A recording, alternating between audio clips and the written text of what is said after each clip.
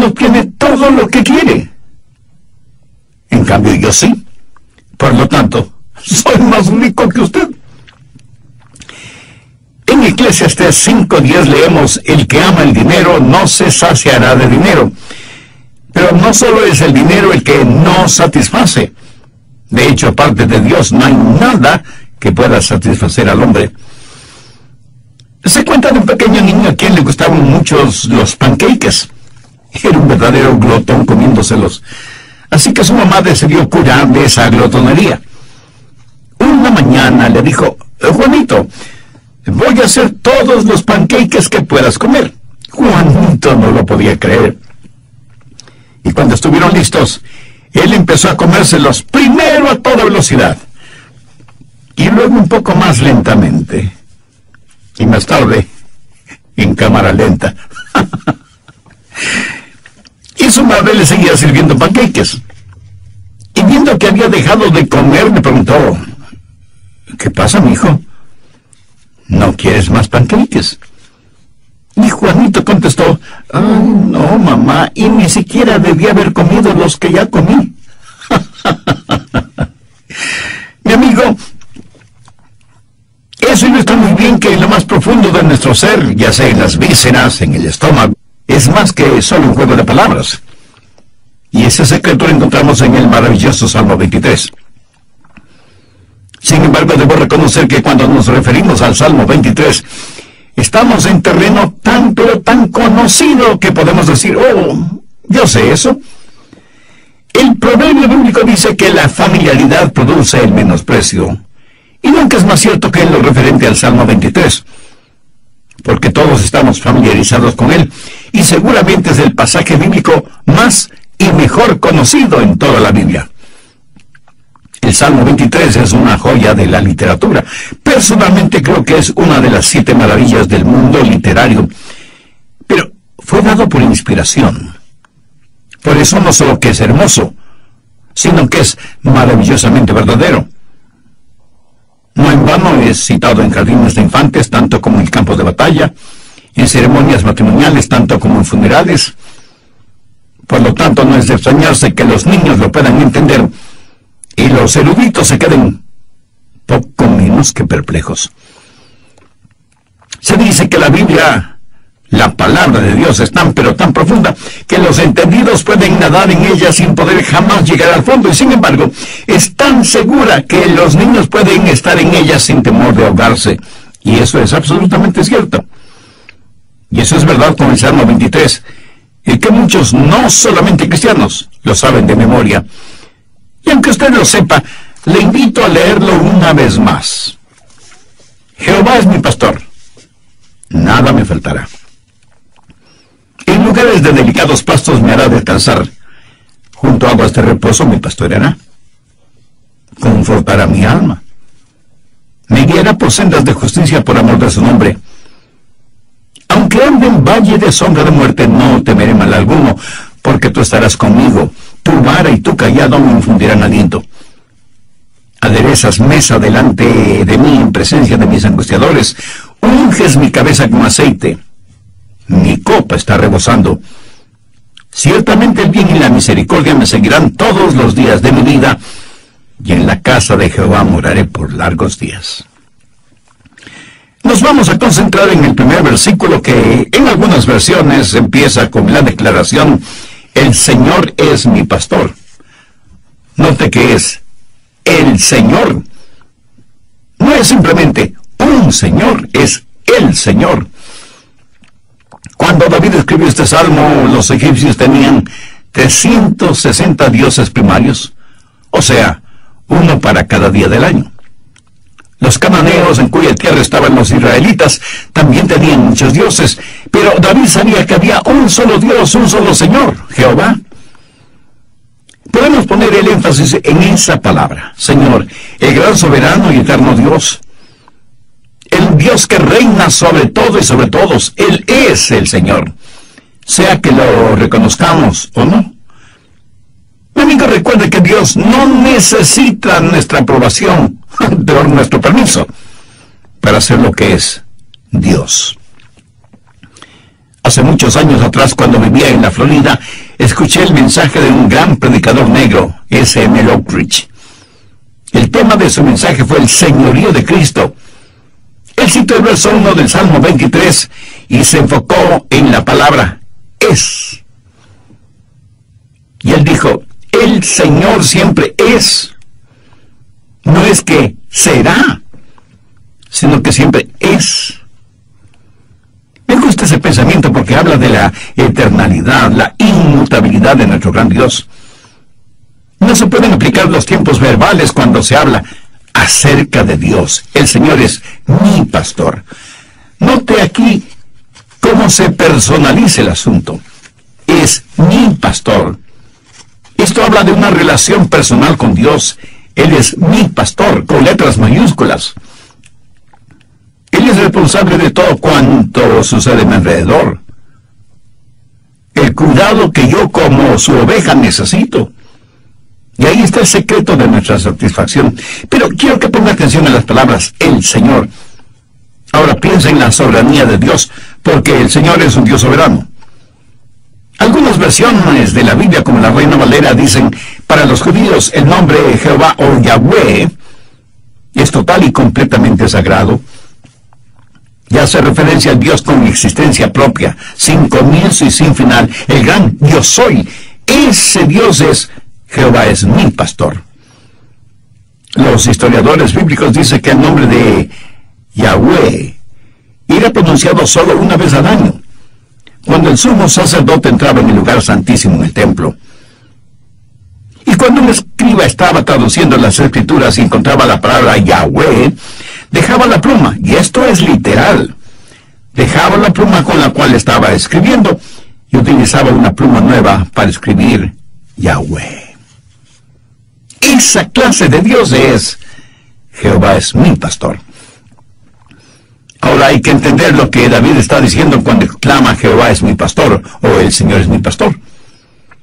El evangelista Ángel Martínez, experto en el uso del español, dice lo siguiente acerca de Jehová. Dios, que creó todo cuanto existe en el mundo, el que prendió el sol y puso las miríadas de estrellas en el espacio, ese Dios es mi pastor. El que extendió la hermosa alfombra verde sobre la tierra e hizo brotar una auténtica sinfonía de flores, y apisonó la tierra para formar valles y las arrugó para formar las montañas. El que tomó las canciones de los serafines y las cubrió con plumas para regalarnos los colibríes o picaflores. El que formó el arco iris y lo transformó en bufanda para ponerlo en los hombros de las tormentas. Ese Dios es mi pastor. El que cada día baja las cortinas de la noche y con la puesta del sol dispara los fuegos artificiales de las estrellas y asombra nuestra visión con el aterciopelado manto del espacio infinito. Ese Dios es mi pastor. Qué hermoso. Frente a esa exquisita página, más espiritual que literaria, yo solamente puedo decir amén y amén. Al leer el verso 1 del Salmo 23, vemos lo que bien podemos llamar un Dios soberano, Jehová, Yahweh, el gran Dios soy, que gobierna sobre todo lo creado. Y sin embargo, David lo hace tan personal, tan íntimo al decir, Jehová es mi pastor. Ahora, nunca se olvide que el Jehová del Antiguo Testamento es el Jesús del Nuevo Testamento. Cuando decimos Jehová, estamos hablando de su divinidad. Cuando decimos pastor, estamos hablando de su humanidad. En el capítulo 10 de Juan, Jesús abre el misterio del Salmo 23 cuando menciona que Él es el buen pastor. En el Señor Jesucristo no solo encontramos soberanía, sino también simpatía. Rey y pastor, soberano y compasivo, un Dios que todo lo puede, un pastor siempre disponible, un Dios en los cielos y un pastor en nuestro corazón. Jehová es mi pastor. 3 veces en el Antiguo Testamento Jesús es descrito como buen pastor. En Juan 10:11 Jesús dijo, yo soy el buen pastor. Ahora cualquier pastor puede perder la vida por sus ovejas. Pero no es eso lo que Jesús dijo. Él dijo, el buen pastor da su vida por las ovejas. ¿Sabe usted que en la historia de la humanidad ha habido solo una persona que voluntariamente escogió morir por otros?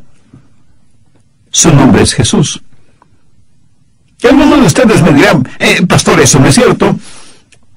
Los suicidas y los terroristas suicidas escogen el morir. ¿Cierto? Escogen el morir, pero no para salvar a nadie. ¿Lo entiende? Solo Jesús, el único que no debía haber muerto, murió para dar vida, no para traer muerte. ¿Sabe que todos nosotros vamos a morir? Unos más temprano que otros, pero todos, sin ninguna excepción, vamos a morir. Los suicidas escogen el morir un poco más temprano, eso es todo. Pero Jesús dio la vida por sus ovejas. Por eso Él dijo, porque yo pongo mi vida para volverla a tomar. Nadie me la quita, sino que yo mismo la pongo. Tengo poder para ponerla y tengo poder para volverla a tomar. Escúcheme, no fueron los clavos los que sujetaron a Cristo en la cruz.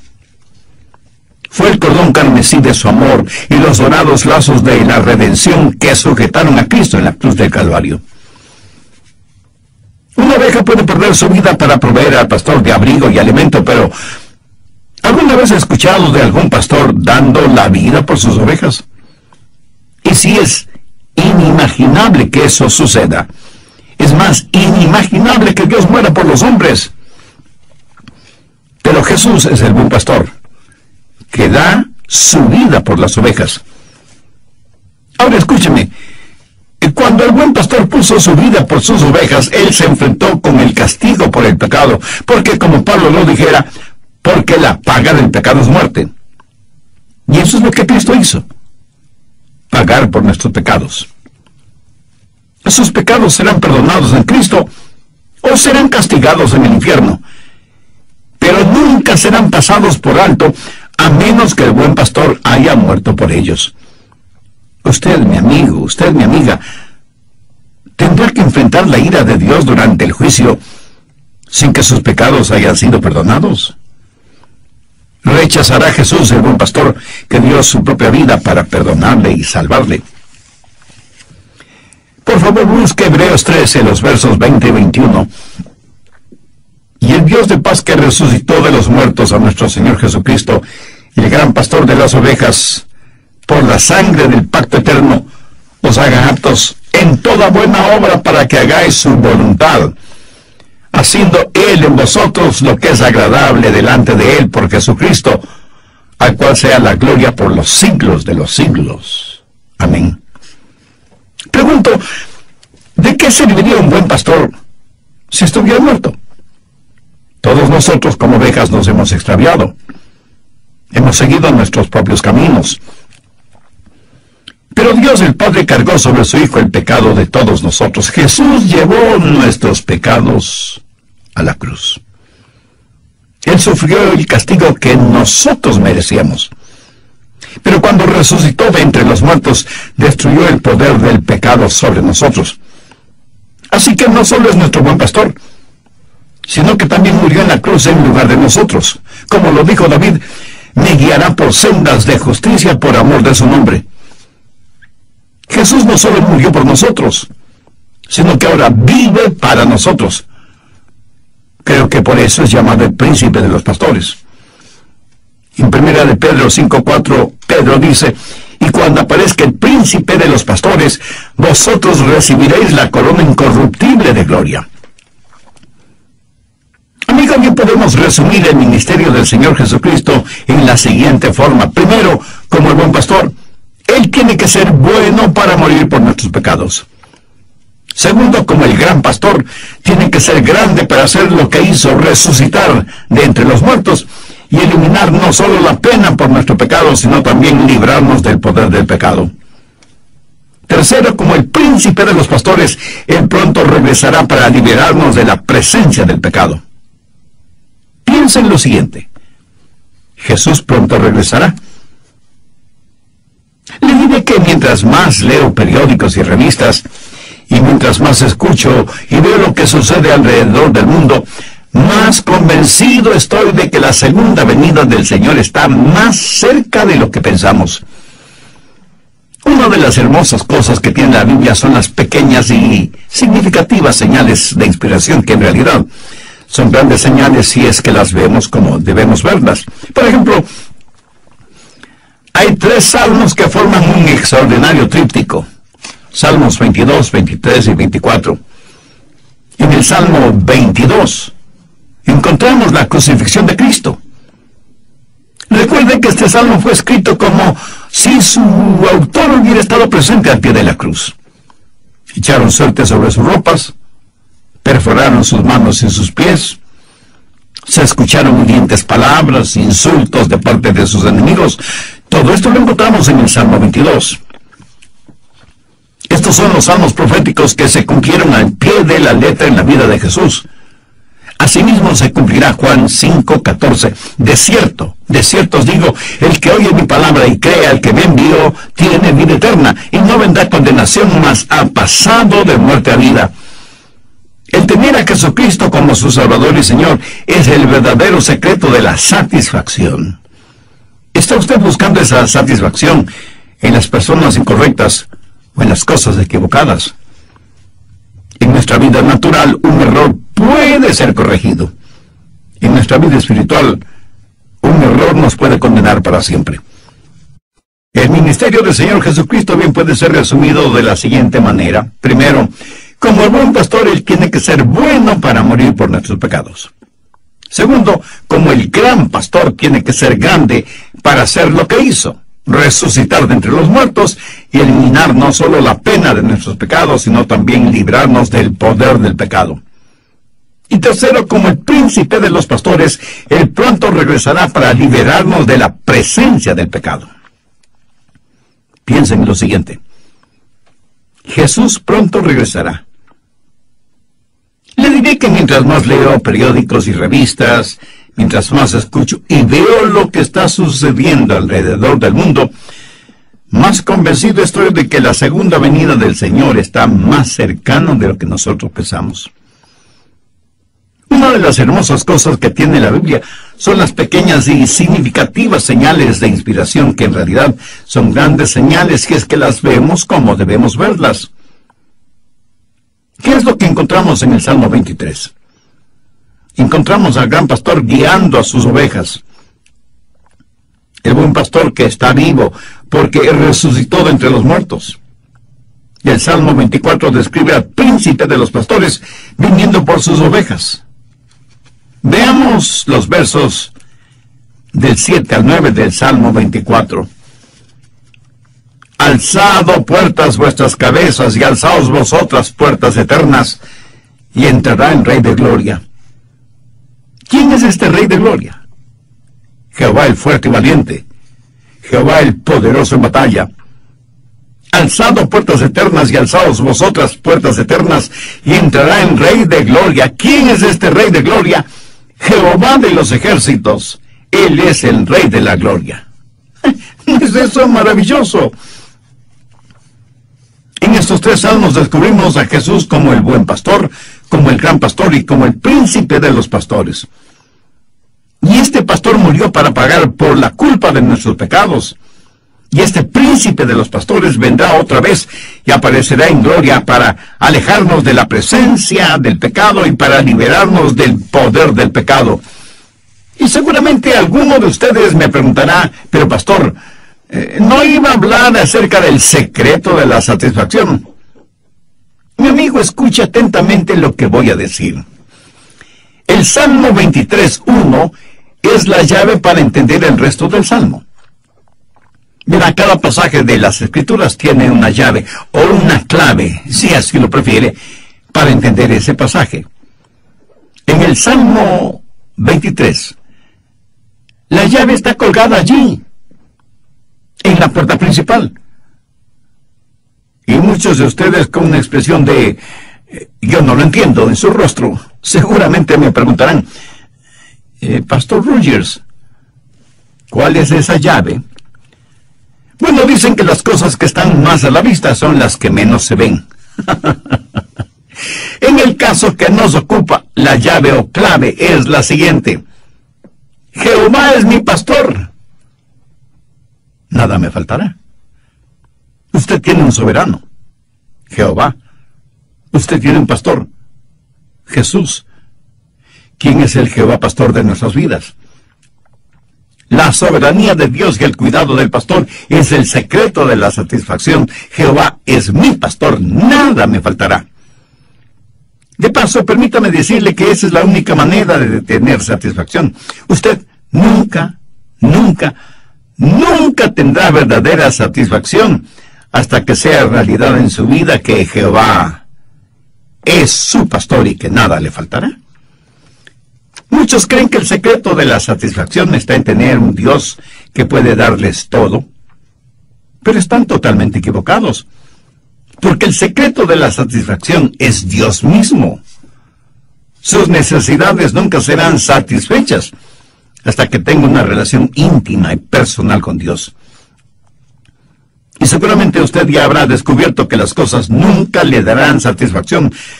Muchos malinterpretan el Salmo 37:4 que dice: deleítate a sí mismo en Jehová y Él te concederá las peticiones de tu corazón. Muchos creen que eso significa: bueno, si yo amo a Jesús. Cuando las peticiones de nuestro corazón son para alimentar nuestra vanidad, para acrecentar nuestro orgullo y para sentirnos mucho más importantes que los demás, le puedo asegurar, mi estimado amigo, sin temor a equivocarme, que Dios nunca le concederá esa clase de petición. El apóstol Pablo fue muy claro al decir: digo pues, por la gracia que me es dada, a cada cual que esté entre vosotros, que no tenga más alto concepto de sí que el que debe tener, sino que piense de sí con cordura, conforme a la medida de la fe que Dios repartió a cada uno. Escúcheme, el más profundo deseo de nuestro corazón debe ser el tener a Jesús en nuestras vidas. Eso es lo que nuestro espíritu desea. En Hechos 17:28, Pablo dice: porque en Él vivimos y nos movemos y somos. La verdadera satisfacción no está en las cosas que Él nos da, sino en que Él mismo se da a nosotros. ¿Qué es lo que quiere Dios que los peces hagan? Pues que naden en las aguas de ríos, lagunas y mares. ¿Qué es lo que Dios quiere que las aves hagan? Pues que vuelen. Ahora, si usted saca un pez del agua y lo pone en un árbol, o si pone a un ave dentro del agua, tendrá a un pez y a un ave completamente infelices, porque los ha sacado de su elemento natural: agua, en el caso del pez, y aire, en el caso del ave. Por favor, ponga mucha atención a lo que voy a decir. ¿Para qué Dios le creó a usted? ¿Cuál es su elemento natural? Dios le creó para tener comunión y compañerismo con usted, y para que su vida traiga honor y gloria a Dios. Por lo tanto, su elemento natural es Dios. Y cuando estamos fuera de nuestro elemento natural, seremos como pez fuera del agua, o como un ave hundida en el agua. Y usted terminará muriendo porque se encontrará fuera de su elemento natural. Será como un cubo tratando de calzar perfectamente en un círculo. No sé quién fue el autor de lo que voy a leer, pero es un trozo de literatura que bien vale la pena compartir. Dice: los amigos a mi alrededor están tratando de descubrir lo que mi corazón anhela, a pesar de estar contaminado por el pecado. Yo tengo el secreto y sé dónde encontrarlo. La verdadera satisfacción solo se encuentra en Jesús. Jesús es todo lo que el mundo necesita. Los hombres espiritualmente ciegos debido a sus transgresiones tratan de ocultarse en las negras cortinas de la noche. Sin embargo, una mirada a Jesús y todo se transformará en luz. Cuando un hombre busca el secreto de la verdadera satisfacción, lo encontrará en la realidad del Salmo 23:1. Jehová es mi pastor, nada me faltará. Déjeme mostrarle lo que David hizo bajo la inspiración del Espíritu Santo. tomó el sagrado nombre de Jehová y lo fundió con otros nombres, aparte de Jehová es mi pastor. ¿Sabe que hay por lo menos 7 veces en la Biblia en donde el nombre de Jehová se funde con otro nombre para formar un nuevo nombre de Dios? Veamos algunos de ellos. Salmo 23:1. Jehová es mi pastor. Jehová Ra. Génesis 22:8. Jehová es mi proveedor. Jehová Jireh. Éxodo 15:26. Jehová es el sanador. Jehová Rafa. Éxodo 17:15. Jehová nuestro estandarte. Jehová Nisi. Salmo 29:11. Jehová bendecirá con paz. Jehová Shalom. Salmo 11:7. Porque Jehová es justo. Jehová Sideku. Ezequiel 48:35. Jehová siempre presente. Jehová Sama. Estos 7 nombres son para Dios. Ahora usted puede entender un poco mejor cuando David dijo, Jehová es mi pastor. ¿Quién es mi pastor? Jehová Ra. Nada me faltará. ¿Por qué? Porque Jehová me proveerá. Que una declaración de esa naturaleza implica un cambio total en la manera de vivir. Vayamos al Evangelio de Juan capítulo 10. Jesús está hablando con los religiosos fariseos y les dijo, pero vosotros no creéis, porque no sois de mis ovejas, como os he dicho. Hay muchos incrédulos que por supuesto no son parte del rebaño. Si usted no es parte del rebaño, es imposible que usted pueda decir, Jehová es mi pastor. Y más bien seguirá siendo uno de los chivos de Satanás. Deseo que note algunas cosas muy peculiares en Juan 10, verso 27. Mis ovejas oyen mi voz, y yo las conozco y me siguen. Ahora preste atención a lo siguiente. Cuando usted dice, mi pastor, el pastor dice, mi oveja, que oye mi voz, que me conoce, que me sigue. Amigo, permítame preguntarle, ¿es Jesús su pastor, su salvador, su Señor? ¿Tiene usted una relación personal con Él? Ahora, la relación con Jesús no solo debe ser personal, sino también permanente. Mire el verso 28. Y yo les doy vida eterna y no perecerán jamás. Un pastor terrenal común y corriente alguna vez perderá a una de sus ovejas. Pero el buen pastor jamás ha perdido ni una sola oveja. ¿Por qué? Porque nunca ha faltado a ninguna de sus promesas. Y yo les doy vida eterna y no perecerán jamás. Y si usted me pregunta si yo creo en la eterna seguridad del creyente, le contesto rotundamente que sí.